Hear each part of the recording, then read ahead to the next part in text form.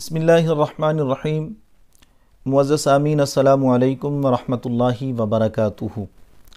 آج ہم اس مسئلہ پر گفتگو کریں گے کہ نماز کی حالت میں عورت جو ہے یہ کس طرح سجدہ کرے گی۔ کیا عورت جب نماز ادا کر رہی ہو اس کے سجدہ کرنے کا طریقہ یا کیفیت وہی ہے جو آدمی کی ہوتی ہے، مرد کی ہوتی ہے، یا اس سے علاوہ ہے؟ تو آج ہم اس مسئلہ پر گفتگو کریں گے۔ تو اس کی وضاحت کے اندر چند روایات آپ کے سامنے رکھتا ہوں۔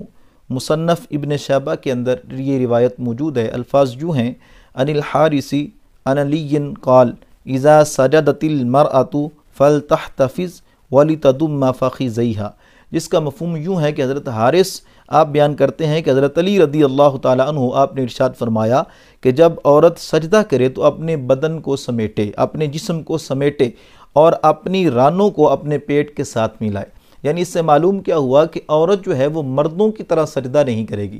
اور اسی طرح ایک اور روایت آپ کے سامنے رکھتا ہوں جس سے اس مسئلہ کی مزید وضاحت ہو جائے گی۔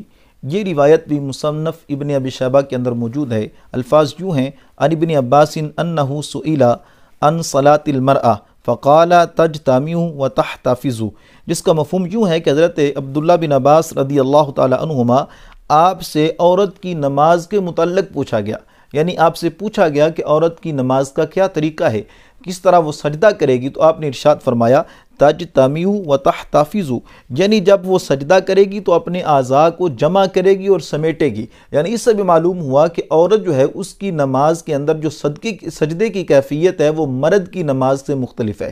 اور اسی طرح ایک اور روایت آپ کے سامنے رکھتا ہوں جس سے اس کی مزید وضاحت ہو جائے گی۔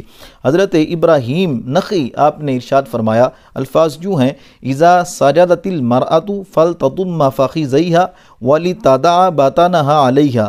آپ بیان فرماتے ہیں کہ عورت جب نماز پڑھے گی اور نماز کے اندر جب سجدہ کرے گی تو فرمایا اپنے رانوں کو ملائے گی اور اپنا پیٹ ان پر رکھے گی۔ یعنی اس سے معلوم کیا ہوا کہ عورت جب سجدہ کرے گی تو اپنی رانوں کو ملا کر اپنا پیٹ جو ہے وہ اپنی رانوں کے اوپر رکھے گی۔ یہ کیفیت شریعت نے عورت کی نماز جو ہے اس کے متعلق بیان فرمائی ہے کہ عورت کے سجدہ کرنے کا طریقہ مختلف ہے اور مرد جو ہے اس کے سجدہ کرنے کا طریقہ مختلف ہے۔